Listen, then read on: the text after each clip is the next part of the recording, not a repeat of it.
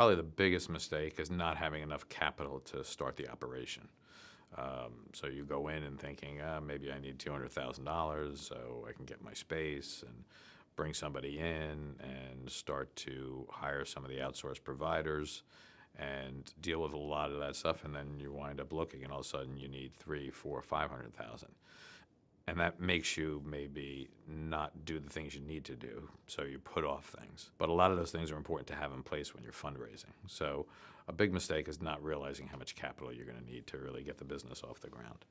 Another one is not being able to justify and go back to your attribution in terms of the deals you've done in the past. A lot of people will come out of different operations and say, hey, I was responsible for these deals. But if the LPs, reach out to the other firm and say, hey, can you give us confirmation on that?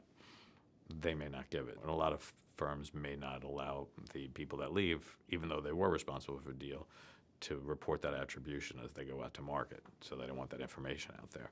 So that's the second thing that could really be a problem.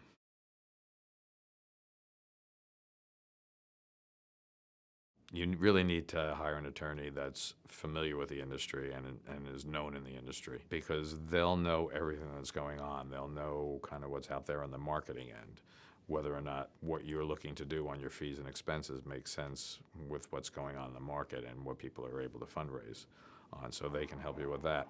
They'll draft up the documents properly and cover everything that you need to make sure that you're protected and you can go to market with a good PPM and a good LP.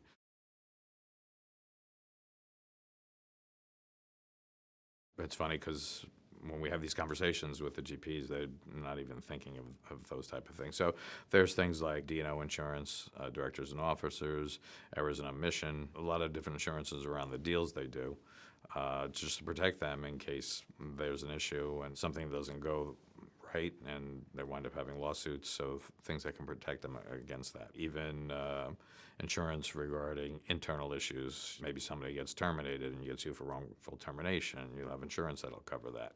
So there's a lot of different insurances that, again, they've never set up a business. They've been doing deals and they're not looking at those pieces specifically. So having all that in place and knowing that those are things you need to have are important. Could even be disaster recovery insurance. So if you have something go wrong with your data, being able to get that back.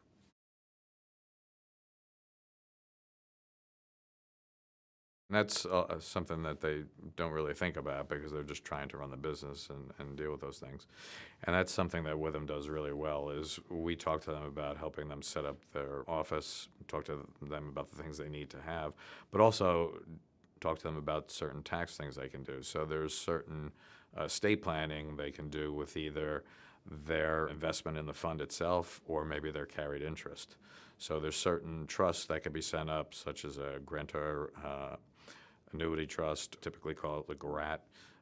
There's a couple of other trusts, there's a family limited partnership that could be set up, and those could take some dollars out of the estate down the road. So what you're trying to do is put assets that aren't really valued highly right at the start of the fund to assets that could be worth a lot of money down the road, whether it's the fund itself and the LP interest or even the carry that could be large. So you're able to do some tax savings that way on your estate and maybe build some wealth into your children or their children down the road. So there's a lot of things that you can do with that.